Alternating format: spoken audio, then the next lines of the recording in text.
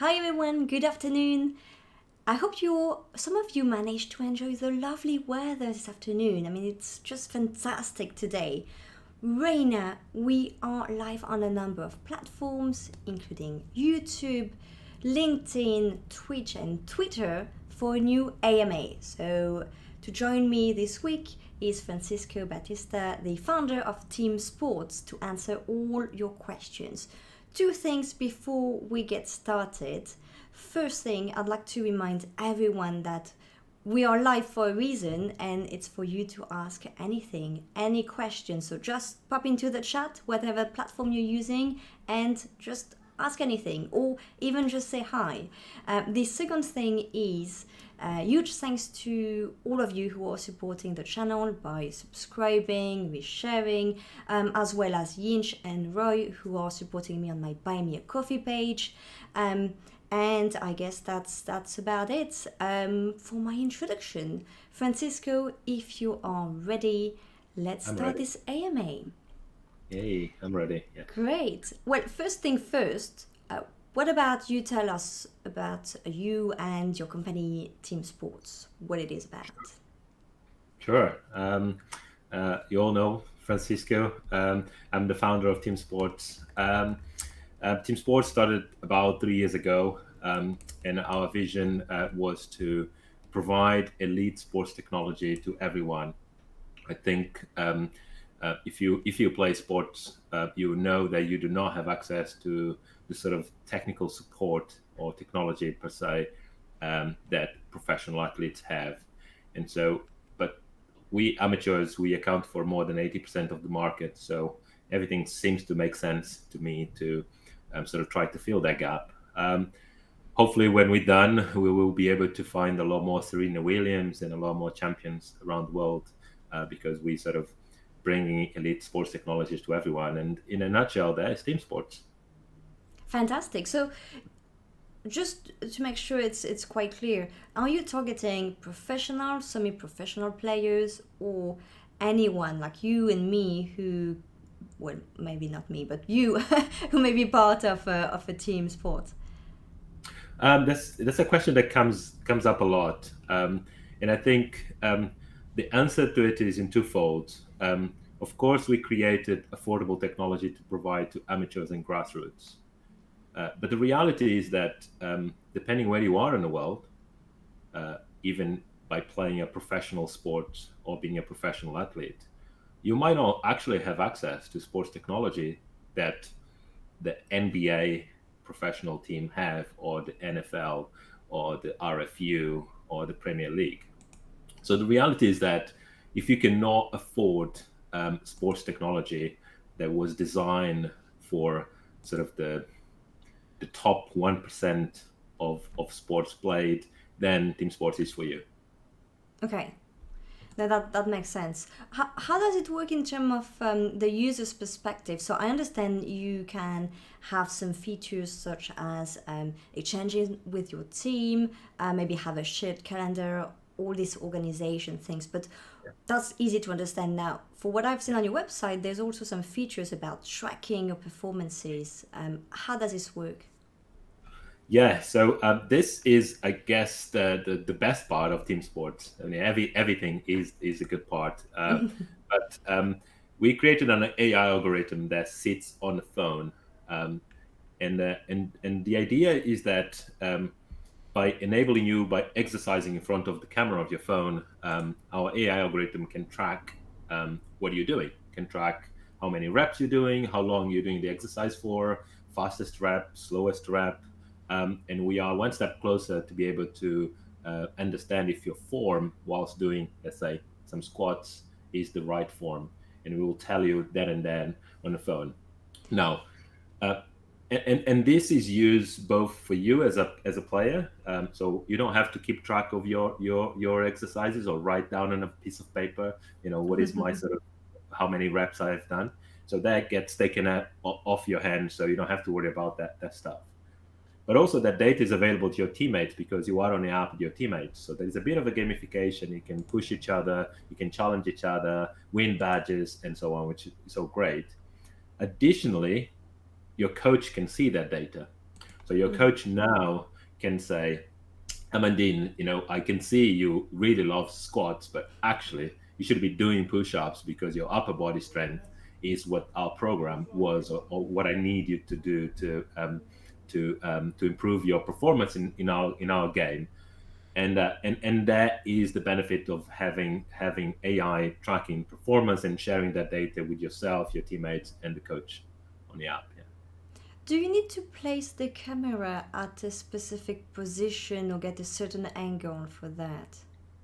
You do. You still have to put the camera in a certain position, sort of propped in the floor, sort of in a water bottle, which is in a way how you would, if you were in a park, or you would prop the phone somewhere down below. So that's sort of the easiest way to do if you don't have to buy a tripod, etc. So you just prop the phone on the floor, and the way you would record yourself doing some exercises. So is a way to place the phone that users are already used to do it, but you do need to place the phone in a certain position. Having said that, we are working very, very hard so that at some point that phone can be anywhere, i.e., in any position. But most importantly, that phone could even be moving. So let's say that I'm doing some exercises with a teammate. It is my turn. I'm doing some push-ups. My teammate could be holding the phone and moving around me, and that will be able to count how many push-ups. So that is where we want to get into, so that you can prop your phone on top of a chair, or on a corner, on the side, or anywhere really, as long as you are in a camera view. Our AI will be able to do what it does, which is count your performance, your reps, and etc. Yeah. Steven on the chat is asking if the app can be used for individual exercise or team sports. Good. At the moment, only individual exercises. Our AI algorithm can track multiple people. So at some point, perhaps we can go into a drill. So if you're doing an exercise that requires a drill and requires 2 people or 3 people, the technology already is able to detect multiple people. But at the moment, it's only being used as a single person. So you and with your phone doing an exercise just to stay fit. We also have a question from Yinch, and I will add to this question actually. So Yinch is asking, is the app for both Android and iOS? And I guess the question also behind it is it also already available? Yes. So yes, the app is available. It's been available since February last year.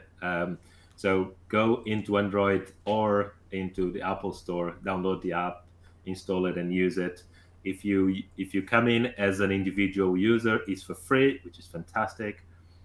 But the reason why the app is on both platforms is not just because there are sort of both platforms. It is because I built TeamSportz to give sports technology to everyone, and so for us, it's really important that our product and the technical solutions that we use don't exclude anyone. And we are very careful in making the choices of both the technologies, the platform, the services, sort of behind the scenes that support our platform. We are very, very careful to make sure that it doesn't exclude anyone, because if it does, then our vision to provide sports technology to everyone anywhere, it becomes a bit not quite everyone everywhere. Yeah. And we really want this to be everyone everywhere. So if in the future there is another popular platform, mobile platform, we'll make sure that TeamSportz exists in it. Yeah. As an Android user, I actually know this frustration where everyone is releasing first the iOS app, and you're like, well, I have a great phone too. I may not have the latest iPhone, but it's still a good phone. Yeah. Why am I left out? So I like that. Yeah. And I would like to give a shout out to the Google AI team, the TensorFlow team in US, that they have been great friends of TeamSportz. When we launched TeamSportz officially to market in November, we were 2 weeks away, and we couldn't make our technology work. and after battling for 3 months, we realized that the problem was actually on Google's TensorFlow code. Um, and magically, 2 weeks, 2 weeks before the launch, they sort of took on our requests and fixed the issue, released the patch, which enabled us to launch TeamSportz in November. And then more recently happened again. We spotted a problem on their code base, and sort of actually this has been helping us to work very close with them. And yeah, I they've love been that, quite seeing involved. smaller startups pointing out problems in large organizations' code. That's the best. Yeah, yeah. AI and computer vision is very academic still. I mean, we start seeing more and more applications out there, but whenever you sort of see something out there in AI and computer vision, it's like, hey, look what you can do with this. Oh, look what you can do with that. But there's not really a real application out there like TeamSportz is doing. So in that sense, I think that is sort of that is some merits, and Google like the fact that there are real users using sort of their technology to yeah, in the real world, really. Yeah.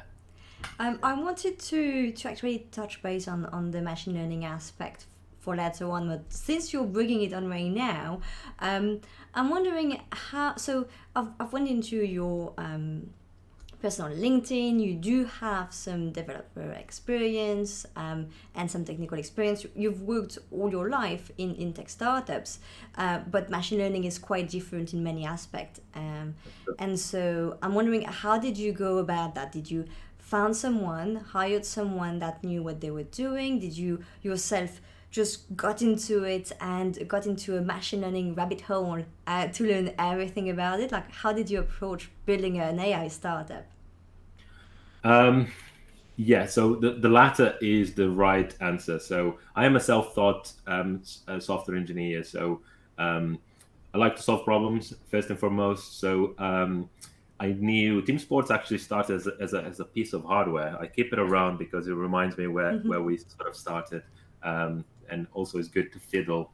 Um, and we knew this wouldn't scale, not for us as a small startup. There is still value in the hardware, but this is maybe for later down the line. So we knew we needed to approach this, and if for the business model to make sense, we needed to pivot complete. So we abandoned a very expensive project to pivot into computer vision and machine learning. Um, and we didn't know anything about computer vision or machine learning whatsoever. And so we had to buy graphic cards for our computers because the cloud becomes expensive, and teach ourselves how to train models, how to do the whole shebang, and finding the data sets, label the data sets, train the models, calibrate the models, test the models, understand what are the flows, retrain and sort of understand that process ourselves enables us to get where we are by really getting stuck into the problem. Yes, we could have hired engineer. That probably would have been easier, but wouldn't have been as fun, and we wouldn't have the knowledge that we have today about computer vision and machine learning. But it is a dark magic still, so that is still a lot of unknowns, and nobody really knows what's going on for sure. But yes, it And works, so that is it very keeps important. evolving. That's the thing. There is a very active research in the world of machine learning. So you have new techniques, new approach, things that you couldn't do a few years ago that now you can do easily. So it's constantly moving and quite fast. So you need to keep up with everything, which is almost impossible. And it's also worth mentioning that our approach to computer vision and machine learning is quite unique in a way. There are sort of traditionally sort of two approaches. So either you do computer vision and machine learning on a cloud, or you do it on edge, which Yeah. is sort of on device. Um, and and then if you want to understand really how that is possible, you would have to sort of keep retraining your models or train your models to be very accurate at detecting something. Uh, at TeamSportz, we don't do any of that. We've got a very simple model which enables us to sort of get the best of computer vision without sort of suffer from all the pitfalls of computer vision, not being able to detect someone because of skin color or and so on and so on. So we use computer vision, machine learning, in very superficially, just enough so we can detect that is a human on camera, and is our own proprietary algorithm that then translates that what that person is doing, that movement, into statistics. And so that way also means we only deploy one model to the phone, which means TeamSportz works on iPhone 6. I think Okay. my mobile engineer might say actually not yet, no anymore, but actually it does. It works on iPhone 6. So it works in another phone because we um, don't really have models to detect push-ups, squats, sit-ups, etc. So we only have one model, and it's only our own algorithm that translates what the body is doing into sports analysis, in stats. Yeah, yeah. I'd love to get into the tech further, but I see some interesting question on the chat, Lovely. waiting there for a few minutes. So let's talk about that first. So we have a question from Jonathan asking about the big picture for the 5-10 years. Wow. Yes. The big picture is first is to solve the problem. So I really think the opportunity here is for us to provide elite sports technologies to grassroots and amateurs everywhere in the world. And sports is very different, sort of football, basketball, rugby, and then it's very different in America, it's very different in Europe, it's very different in Africa, it's very different in Asia, and so on. One thing that seems to be common is that grassroots uh, athletes do not have access to technology that could help them improve their performance and sort of gain an edge. So I think that's the opportunity, and that's the problem we want to solve. So in 5 years, TeamSportz will be a default platform that teams either start or schools use to help them deliver, PE lessons and so on. Beyond that, I think there are further opportunities for our technology itself, for sports rehabilitation to start with. So not just about doing sports, but actually when injured, trying to avoid injury in the first place with load management, but then potentially with sports rehabilitation, and then in the future with physiotherapy. Um, so our approach to translating movement into sort of a meaningful stats can be applied to physiotherapy. So your physiotherapist will recommend you to sort of rotate your shoulders in a certain way. There is the human body moving. This is what our AI would detect. And we've got a simple way to translate that with a few clicks into what precisely is being tracked here. And that is something that we're doing now for athletes, but can be done for patients in a health system. So there is plenty of places we can go after, sort of in a 10-year run. Hopefully sooner than that. But yeah, there's plenty of opportunities. That makes sense. I mean, that definitely makes sense. Physio. That's now that you say it. Yes. Yinch also asked if so there's visualization currently on your website that shows a skeleton avatar. Yinch is asking if there's any plan to dress up the avatar, maybe to gamify the graphics in any way.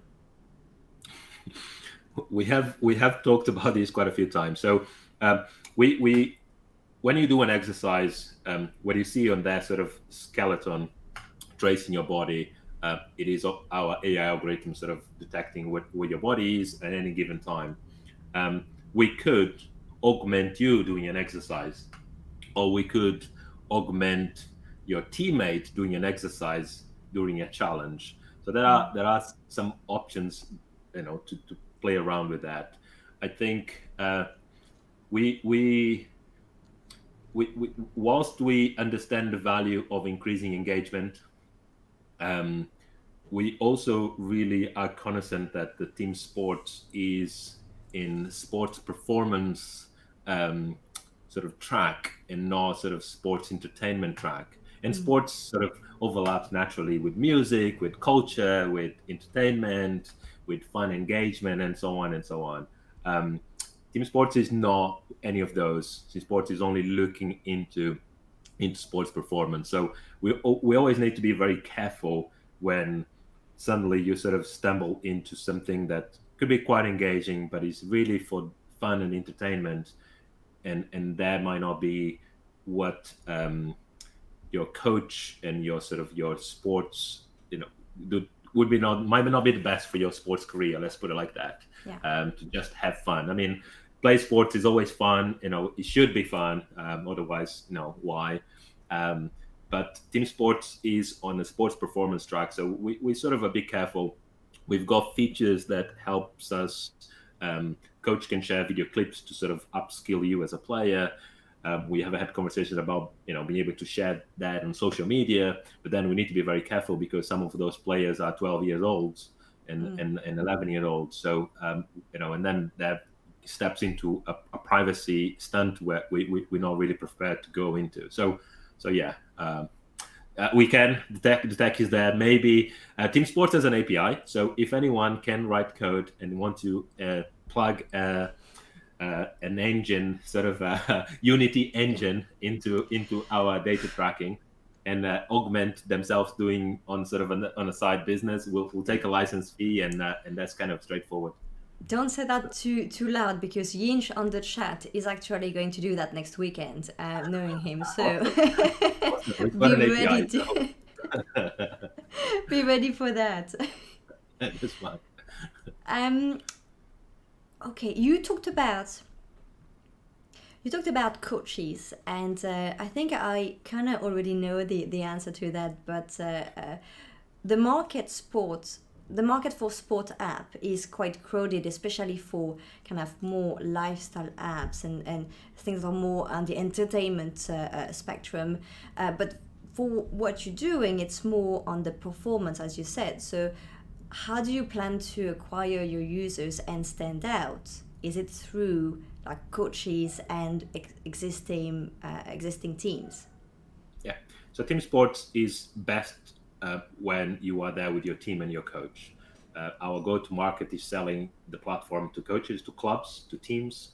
They'll buy into the platform, and this is when you get most of the benefits of what we put together. That's where our sweet spot is, clubs and teams. In February, we had a case study with Manchester University. So we started with a questionnaire: why do you want to use TeamSportz, etc. February last year, in a mix of lockdown. And typically, what is the level of exercises that your players do outside? And we interview players, and we notice a 5-time increase on exercises, simply because the coach said so, but the coach could track through the platform.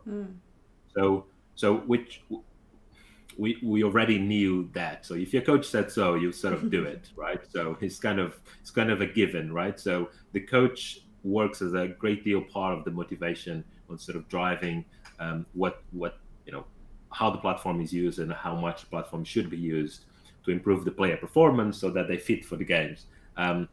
So that is our sweet spot, which is be in the platform with your coaches or coach assistants, data analysts, whomever, depending on sort of the size of the team or the size of those clubs, and the players then sort of get most of their benefit. You mentioned COVID, and Stephen has a question on that. Stephen is asking, have you found restrictions with COVID lockdowns has increased the need for more remote tracking of the team exercise? I think it did. It did for everything. Obviously, we saw the rise and now the falling of Peloton, right? So it was definitely, I think, most of us, we stopped sort of taking for granted that we need to be prepared to sort of have everything in our own castle and it still function. So yes, so we saw the need of remote training being taken serious, but also we now see that the coaches today don't feel that is something that they should take it for granted. Although the games have resumed, they still take very serious the ability to be able to coach their players remotely. So I think we all knew that COVID just make it real for everyone and for coaches. Yeah. It's great to see startup like yours, taking kind of advantage of the situation. I remember when the first lockdown happened, trying to preach on that, saying, yes, it's difficult times, but in the same time, there will definitely be a lot of new opportunities coming out of that. Yeah, I agree. We never wrote. I mean, we wrote a lot of code during lockdown. There was nothing else to do, so even for us, it was good. I did the same. That's when I went full time on my startup too. So yeah. Something that you started mentioning earlier, it's privacy, and I really like the fact that you mentioned it on your website. And I'd like to ask you, okay, why is it important? Why is it important to have the model, the machine learning model on your device? Why is it important that the data stays on your device? The reason is that we don't have to record you or stream a video of you into the cloud. So if the analysis in our model is on a device on the edge, we don't have to record your video. We don't have to stream it to a server to be analyzed on the cloud, which means if you don't like your background, if children are using the app, or if you, I don't know, you're doing your exercises half naked or whatever it might be, there isn't a video of you anywhere. And the only thing that gets uploaded to the cloud is sports performance, how many reps you've done, what was the fastest rep, what is the slowest rep, the duration of your exercise, the type of exercise, and so on and so on. So, and that is the sports performance that your coach really is interested in anyway, and your teammates are interested in anyway. Everything else is both either it's not private and maybe goes into sort of the entertainment sort of space, which is not what TeamSportz is. So for us, privacy is really important. Again, we say TeamSportz is for everyone, anywhere, and so we cannot exclude communities that might not even feel sports is for them anymore. They might be in a wheelchair, they might be wheelchair bound, they might not be able to rock up to a court and play basketball, but everyone has a device, and they can point the phone to themselves, knowing that there isn't a video of them being stored anywhere. It just works in their favor to be able to just stay active and do some exercises. So yeah, really important to us. For me, it's also a key element. Do you think it's something that people start being more conscious about? Do you think that you're early on this, but not like? Do you really think that end users care today, or do you think that people are still like don't really care, but they start understanding that okay, the data are being shared, the data are being sold? Do you think it's some awareness of that? Yeah, I think people are aware. Whether people do care, I think when things go wrong, you want things going wrong, or you want to delete your data, knowing that your data sits in one place, right, and not being sold around. So I think people actually care very much about their privacy, and they would choose, if they could, they would choose a platform that takes a strong stand on privacy versus a platform that doesn't. So if you literally could choose, here's an app that uses ads, gonna sell your data. Here's exactly the same app, but somehow they figure out a model where you pay £1 or 30p or whatever it might be, but that data doesn't go anywhere.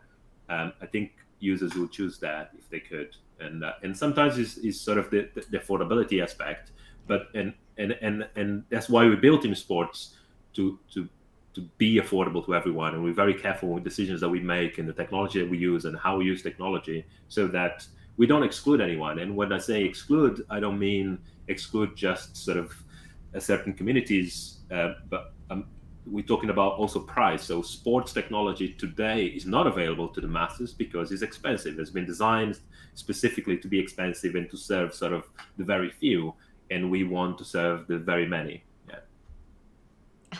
That's a nice catchphrase. I should just record it, right? So yes, you'll find out.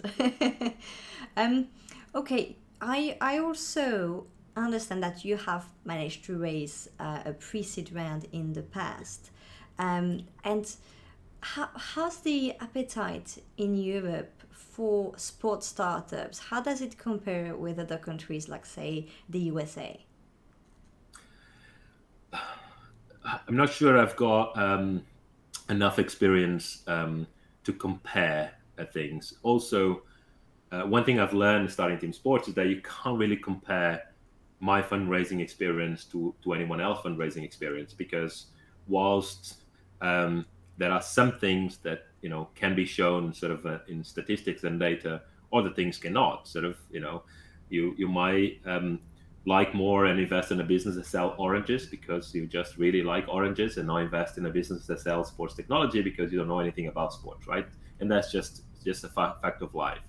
Um, One thing I know for sure is that the sports market and the investment market in the US is much bigger, much eager to sort of, and the check sizes are much bigger, um, and and some of the big sort of unicorn companies in general, and sports is no different, are in US. So I would say yes.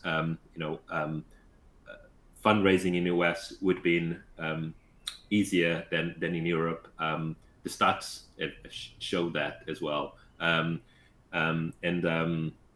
But yeah, I think there is a strong force and support for sort of spread out sort of that sort of localized Silicon Valley model. It's not really it doesn't really attract everyone. It's not of everyone's taste, and we start seeing a lot more companies like TeamSportz, popping out of nothing, sort of challenge very big incumbent companies with much elegant solutions. And we know in Silicon Valley, and we sort of don't fit in sort of the sort of the standard sort of pattern that potentially could help us with fundraising elsewhere. But yeah, long-winded answer.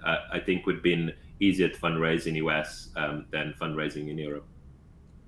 Yeah, well, I think that would be the case for most Yeah, yeah. startups, for most industries. Yeah. um, okay. I'm thinking because I've seen an interesting question on the chat, and I'm thinking where to put it. If I should add in. Okay, I'm going to ask you first. Yeah. I'm going to ask you first about your current stage right now. How many people are in the team, and what's the next step in terms of the company growth for the coming few months? Not talking about the few years, we've covered that, but Yeah. more the few months. Sure. So we are a very lean team of 5 individuals. We use freelancers whenever we need some extra capacity, but we want to retain sort of a lean, sort of effective team.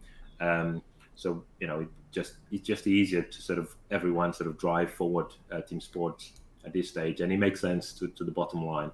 Um, I think this year, as we start getting to the market and we start seeing traction and earlier revenue, we will have to grow, and it's going to be needed. We need to create some redundancies around the team.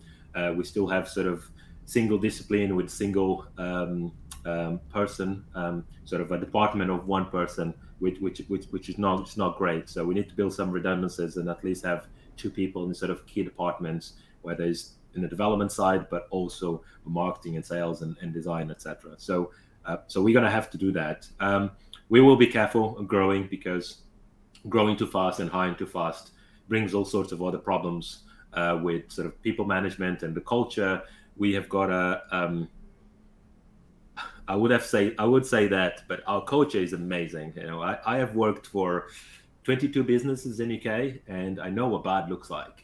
And so I'm very, very careful to make sure that TeamSportz sort of doesn't inherit some of that sort of that bad culture that in places that I've worked in, without naming names. But we've got a very strong culture of inclusivity, diversity, but also of openness. So we don't really shy away from problems. So we developed very recently tools that only very few companies in the world have it, and we do it sort of with junior developers and junior graphic designers and so on. So our team, is not really scared of taking on the challenge of shaping the sports world as we know. And that attitude, and sort of having that open culture for us is really important. Really makes us work well. And the result of TeamSportz that is today is not really because of me here; it's because of the team that has been doing the work.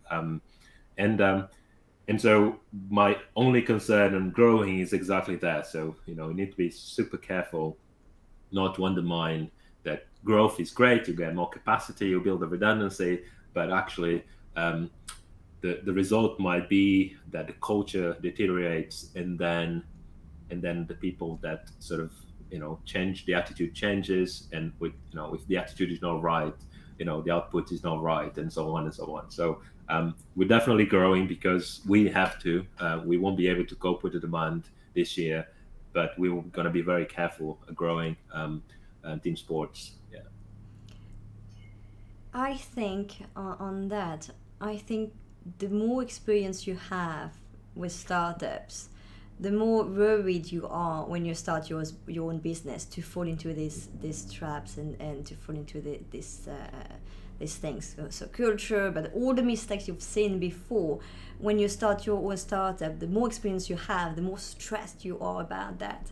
I almost envy people who start the business, with a bit more, I don't know, candid attitude or something like that, with less experience, who just going to go through this and not really worried about these mistakes. Yeah, that is it is stay focused and deliver sort of don't get distracted some of the challenges on sort of starting a business. I don't really envy anyone starting a business. I call it mine a moment of madness, but I definitely encourage everyone to start a business. Yeah. I think we'll be able to talk about that a bit after. But I'd like to ask Gwendolingi question about integrations. Just to kind of wrap up about your startup itself, so we can talk more about your experience as a founder. So the question is, do you think about integrating your software into one of these fitness mirrors or other potential bigger companies out there? Yes, pretty much every day. So I think there are two sort of types of integrations that we've been considering. So one is integration on existing products that could bring value to TeamSportz. So let's say if you've got a Fitbit or you've got a heart monitor, we could bring that data into the platform with enrich sort of the data that exists that the coach will be able to use to make better decisions. Is always double-sorted because you need to make sure that every player in a platform has that sort of the same device.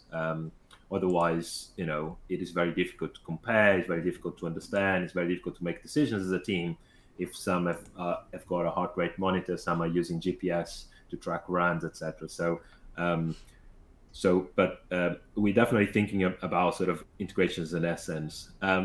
I said that TeamSportz runs on an iPhone 6, so you can put in a Raspberry Pi with a camera and integrate to an existing mirror. So again, if anyone is out there wanting sort of a hack project to demonstrate how affordably it is to put TeamSportz technology in a Raspberry Pi in sort of a magic mirror, yeah, by all means, yeah, let's hack a project like that.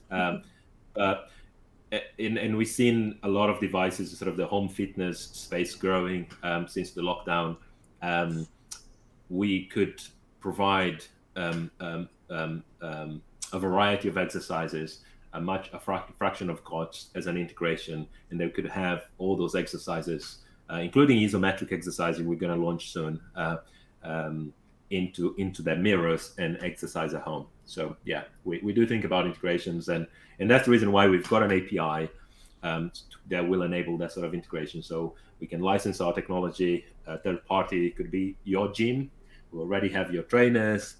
They already have sort of the personal trainers, etc., the coaches, and you not always want to go to the gym to do your workout.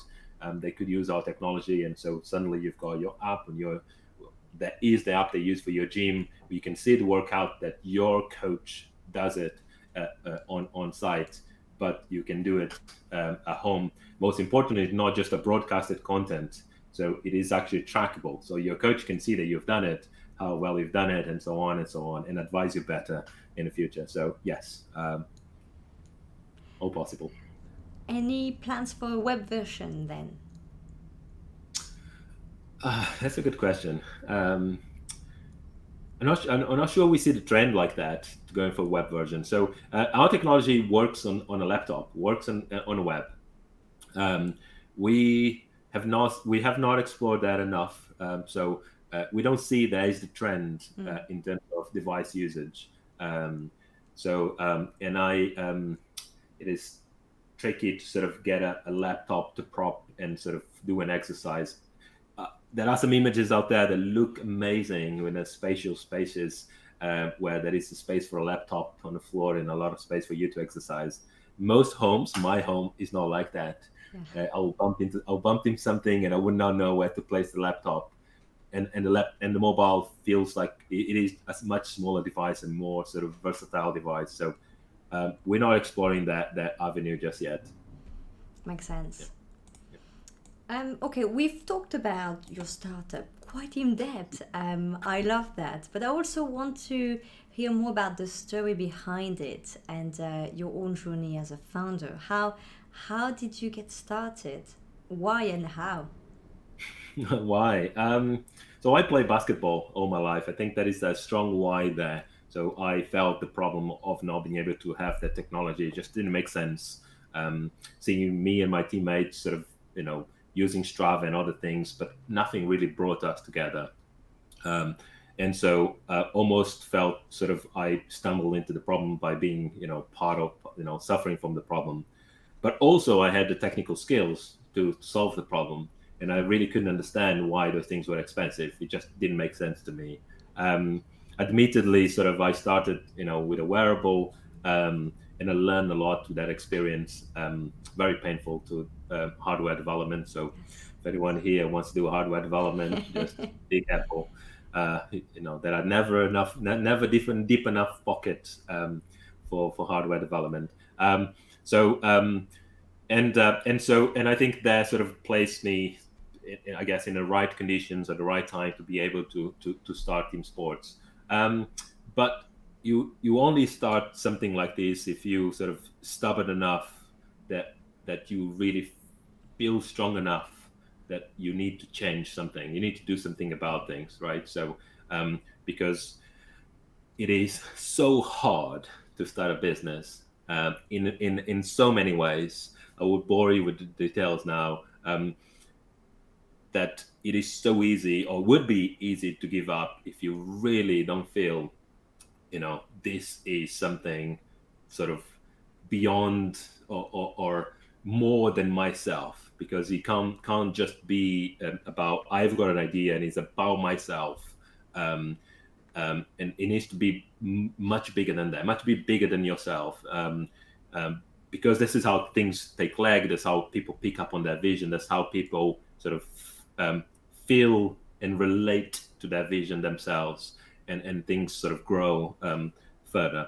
But yeah, the pain is still very alive, and it's very hard. So yeah, you need to feel strong enough about something to start a business, I would say. Otherwise, it would be very difficult to carry on. You talked about giving up. Stephen asked, did you ever think about giving up? And if so, well, I'm sure you did, because I know as a founder, you quite often question yourself, especially in the early days. But what were the main challenges that maybe may have you think about what you were doing? Wow, where to start? So thinking about giving up pretty much every day. Sort of I wake up, it's like, why didn't I start a bakery? Why did I start a sports solution? So So there are definitely a lot of lows, and sort of what we have been good as a team is sort of maximize their highs. So we celebrate, we sort of, we don't measure wins against any other win. So a win is a win. We're happy, we celebrate, um, and that sort of helps us. Someone's at the entryway doorbell. Should have switched off to Google. There's someone at the door.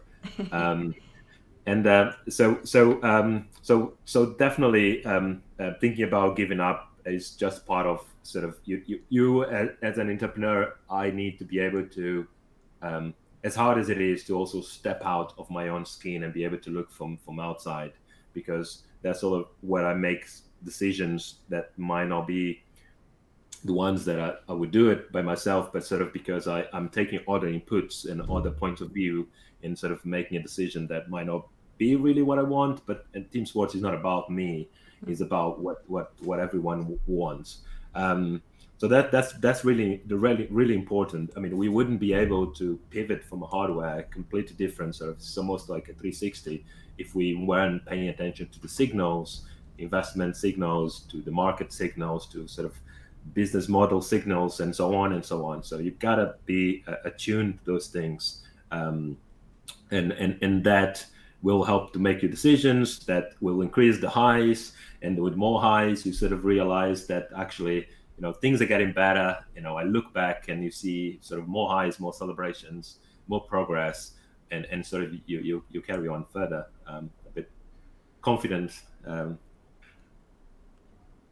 Yes, I like your answer, because that's so true, and you're not focusing on the downside of being a founder, but more about the learning, right? The learning is you need to keep an eye out there, and not just not just question what you're doing just for the sake of questioning it, but because you need to be aligned with the market and the demand. Something that I noticed is that you are, so finding a co-founder is hard, and you are a solo founder, and so finding a co-founder is hard, but also if you start your business with the wrong people, it can actually kill your startup. And I'm not saying because they are bad people, just because it just the fact that it doesn't work out with your funding team, it can just kill the entire startup. What's the pro and cons for you to be a solo founder? Was it really something that you thought about and decided to do anyway, or is it something that, well, you thought several times maybe I should find a co-founder? Yeah. So yes. So I building TeamSportz. One thing that I got better at is understanding the things I'm not good at, and so that is definitely the space to and that is and the thought of, we would have been better if I had a co-founder that sort of complement me in areas that I'm not good at, but there is no recipe to find a co-founder. That is not, I have looked, and a lot of people have looked, and and you see that you hear some the greatest stories, but also some of the horrible stories that sort of startup folded because co-founders couldn't get along. So there are both sides. What has been good for me is twofold. So I already said the team, having the right team and hire the right people makes a huge difference. Yeah. But also, I have raised some seed investment, and my investors are amazing. My angel investors are invested in TeamSportz because they want to see more CEOs like Francisco. So they're really interested in my growth, my personal growth, my professional growth, and they open their network. They open their checkbooks, and they spend a great deal of time with me on a one-to-one over a text message. And I would think there are a couple of my angel investors here in the audience. I've been sort of boasting, hey, I'm going to speak to Amandine at 5:00. And that sort of helps to overcome sort of that sort of I'm not actually on my own, because when I need to look in forecasting, I know who I'm going to talk to. When I have to think about product-led growth, I know who I'm going to ask. And when I need sort of any sort of existential crisis, which there are many, should I have opened a bakery? I know who I'm going to talk to. To sort of bring things on track, to give me the right perspective, to sort of connect me with the right people. And so, I would say if anyone here is thinking about starting a business, it's great to having money and sort of raise money is always better than not raising any money, but there is nothing worse than raise money from the wrong people. Yeah. Because there's just cash for cash, and cash for cash doesn't really solve the majority of the problems that you have as a founder. For example, hiring the right person. And so am I the right person to hire a marketing person? No, absolutely not. But one of my angels, Lisa, said, "Don't worry, Francisco. I'm going to go and I interview a bunch of people, and when I find the person for you, I will. You can go and interview that person." And spot on. So my amazing marketing person was interviewed, and Lisa found her first and said to me, if I had a business, I would have hired Sarah, and so Sarah is on board. So and that is what helps me sort of in my solo journey, because I'm not really alone. I think, of course, I still have to deal with driving a startup on my own, but the reality is I'm not on my own, right? So yeah, that's the most important. The reason why it's so many people are looking for co-founders is so they're not completely alone. They can bounce back ideas. They have some people to support them, and I really like what you say about getting smart money rather than just cash for cash. Not just cash for cash, but sometimes if you get the wrong investors who don't get what you're doing, they're going to push you into one direction, and you don't want to. It's already draining to be building a startup. You don't want to have to, on the back of that, fight with investors who see things slightly differently. And on the other end also, being able to rely on some people, and that's just amazing. Do you also are you also involved in some startup stuff, communities in I don't know. I was about to say in London, but I don't even know if you're London. But are you also being able to use the community for that too? I am, yeah. So I am a part of quite a large group. It's actually mostly American group on Slack, which is an autumn tech group. Again, a lot of founders like myself that sort of feel they're building something sort of to change sort of the status quo and sort of make the world a better place, and if you must. So, and that really helps, because we have got one meeting a month, sort of just get to know each other, etc. And it helps with that perspective, right? So you're not really alone. You can see that the problems are common, but also it's great to realize that someone might having a problem that you have solved already. Yes. Or you sort of went past, and so you can just say, hey, hit me up on LinkedIn, or hit me up on Slack, and let's talk about it. I think I know that problem. And sometimes it's things like, obviously being a technical, I always offer my technical skills and my technical advice. And sometimes like, hey, should I go with this platform or should I go to that platform? And that sort of questions, which if you don't think strategically, it will hurt you later on, right? So you go with the wrong sort of implementation or technology, and then later on you sort of get hampered by it. So and that really helps. But yeah, generally there is not much time to sort of get involved in a lot of things. I would love to be involved in a lot more things, but I'm strapped for time.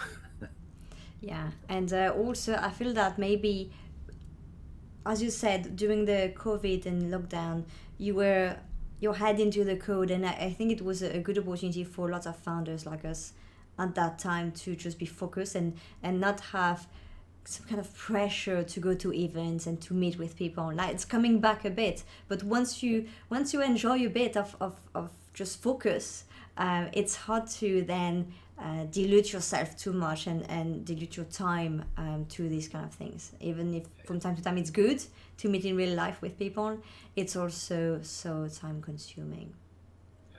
Yeah, I tend to have an open calendar. When people want help or ask for help, it's like, yeah, book half an hour on my calendar. And if I know, we often write sort of our journey is well documented in our blog, how we fundraise it, etc. And people find it really useful. We tend not to have sort of that approach. Here's where we started, zero, and here's success. It's like, no, actually, this is sort of a messy, and here are some little things that really work for us, and a few tricks and tips, and be more practical and have a more pragmatical approach to that sort of thing. And that's how I offer my help to any entrepreneur that is going through the same journey. So if anyone here is starting a business again, send me a message. I will be more than happy to talk to you and offer my advice if I can. Yeah. Great. What's the best way to reach out to you? And that's going to be perfect to wrap up this hour interview. What's the best way to find your company and to find you? Google Francisco Baptista, you're probably going to find me. And TeamSportz is TeamSportz with a Z, not with an S, .pro, closing the gap between amateurs and professionals. And our apps, there are all sorts of ways in our apps for you to get in touch with us. And my LinkedIn, and it's the best way to contact me, really. Add me on LinkedIn and let's chat. And don't forget to put a note on the LinkedIn message so people know where you come from, because there's nothing worse than just random LinkedIn invite with no information. Zero. Yeah, I agree. Anything you wish to add before we end the stream? No, it was fantastic to be here. Thanks for having me, Amanda. So good. Thanks a lot for joining. Really, it has been such a pleasure, and I definitely read more on your blog because I'm super interested in your journey, and I hope we'll catch up soon. Thank you everyone for joining this AMA. I know there has been a few questions that I had to skip. I couldn't just put them in. I couldn't ask them all. And I love that, I think that's actually a great problem to have. But thank you so much everyone for joining us. Thank you everyone. If you are used to the stream, you know that the video of today will be available on my YouTube channel on Monday afternoon. So I'm going to just take it off for the weekend, so I have some time to, create a nice thumbnail and prepare the blurb, like the blurb under the video and everything else. So I'll put it live on Monday afternoon and make sure to share it everywhere. Another huge thank you to everyone who has been supporting the channel and the stream. I see. Oh, Metamura, you just sent some bits. Thanks a lot for that, and thanks to Steven for subscribing to the YouTube. YouTube is where you can find all the previous AMAs, so feel free to check it out. The next AMA will be in about a month, because the first week of June we have the big bank holiday for the Queen Jubilee. So I don't think we will do the AMA on that day, but the week after. So check it out. I usually announce them a bit everywhere on my channels, but Discord and Twitter are usually the best way to reach out. If you're a founder and you want to talk about your own startup, definitely check out the Discord, or join another stream. Between the AMAs, I do different streams, gaming, tech stream, a bit of everything. So feel free to stop by and just chit-chat about your own startup. That's always welcome. Enjoy the weekend, everyone. Lovely weather, so please go outside, enjoy some time for yourself, or have a geeky weekend. Up to you. Speak soon, everyone. Thanks. Take care. Bye, everyone.